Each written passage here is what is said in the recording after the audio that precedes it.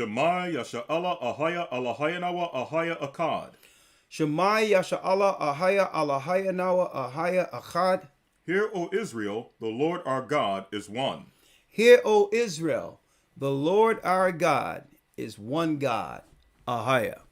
All right, brothers and sisters, thank you for the attendance. Thank you for being present with us this day on the Sabbath. Shabbat Shalom. Let's go into our lesson. America is at the point of no return. Listen to me clearly. It's really more so about, it goes down to social disruption, distorting the world, creating great blurred lines to keep the majority of people off balance. They didn't have to report that, but they want you to see that. Mm-hmm. See? They want to disturb us. They want to keep us off balance. See? It's all about the confusion that the book of Baruch talks about, so that people in the world cannot understand that we're near the consummation of the time. And while they're dealing with social disruption, guess what? They're in clear mind with an objective for what they will accomplish. So while the whole world is confused, they're not. Now, I titled this, America is at the point of no return, for a reason. It's not because of that article. It's not because of just what they're pushing in our schools and all these things. Right? It's at the point of return, folks, because America was never destined to finish. It wasn't created to finish. Mm-hmm. The Roman Empire created America so that America could become their fall guy. And as a result, all power would go back to the country that created, the world that created America, Rome. So they're systematically causing all types of disruption so that the world can now deem America an evil, wicked, satanic place, which it is. And now America loses its luster. It loses its moral high ground, so that the international body has the reason now to pull back from her and allow her to go down. It's a systematic pulling of the plug, which is prophesied in the Bible.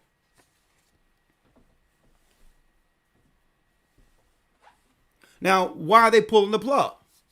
Well, there's many reasons. But we have to understand their objective by first highlighting or pointing out their God. Their God is Lucifer. Isaiah 14, Elder Lloyd. Sir. Isaiah chapter 14, verse number 12. Come on. How art thou fallen from heaven, O Lucifer, son of the morning? How did you fall from heaven, O Lucifer, son of the morning? Now, Lucifer is the so-called angel of light, whom this world worship. He's the god Samael over the Roman Empire. He's the head of the serpent. He is the serpent. Read. How art thou cut down to the ground, which didst weaken the nations? And it says, how have you been cut down to the ground, who did weaken the nations. Read. 13. For thou hast said in thine heart, Read. I will ascend into heaven. I will ascend into heaven. I will exalt my throne above the stars of God. Come on. I will sit also upon the mount of the congregation. Now listen. He promised that he would do what? He would do what? Read it again. I will ascend into heaven. I will go into heaven. I will exalt my throne above the stars of God. I'm going out in space above the thrones of God. One of the great Catholic churches in Scandinavia. I showed this in 2009 in the lesson I did. What? That's right, the true name of God. One of the top churches of Scandinavia has what? Has a emblem of Yahweh, which is their god Lucifer, above the clouds going into space. Yahweh, the God of the Tetragrammaton, folks, is Lucifer. It isn't the God of the Hebrews. It showed Yahweh on a Scandinavian church exalting himself, going above the earth to fight God. The same plan Nimrod had. That's the true objectives. The religious side and the political and science side. This is the objective of all world leaders today. It's to help Satan, Lucifer, with his plan. Read. I will sit also upon the mount of the congregation in the sides of the north. I will ascend above the heights of the clouds. I will ascend above the heights of the clouds. I will be like the Most High. I will be like God. So eventually,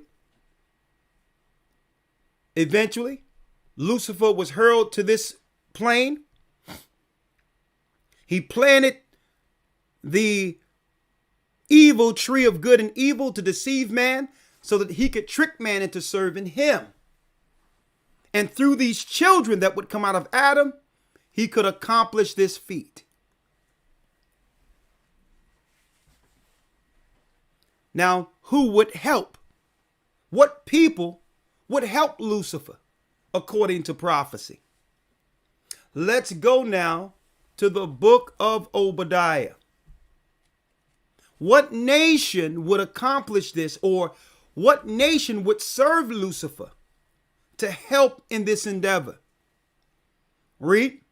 Obadiah verse 1. Come on. The vision of Obadiah, thus saith the Lord God, concerning Edom. Concerning Edom. Edom is the modern day Europeans. A matter of fact, even in the Jewish Encyclopedia, it points out Rome as Edom. Okay. It so happened the people that they call Khazars or converted into Judaism between the 8th and the 11th century out of Khazaria. Well, guess what? These were Edomites who came into Khazarian in the 2nd century, called the Basilians. They was called the Basilians. That's right, under Saint Basil. They went into Khazar, into the capital. They were called the Serpent People before converting into what? Judaism during the Khazar Empire.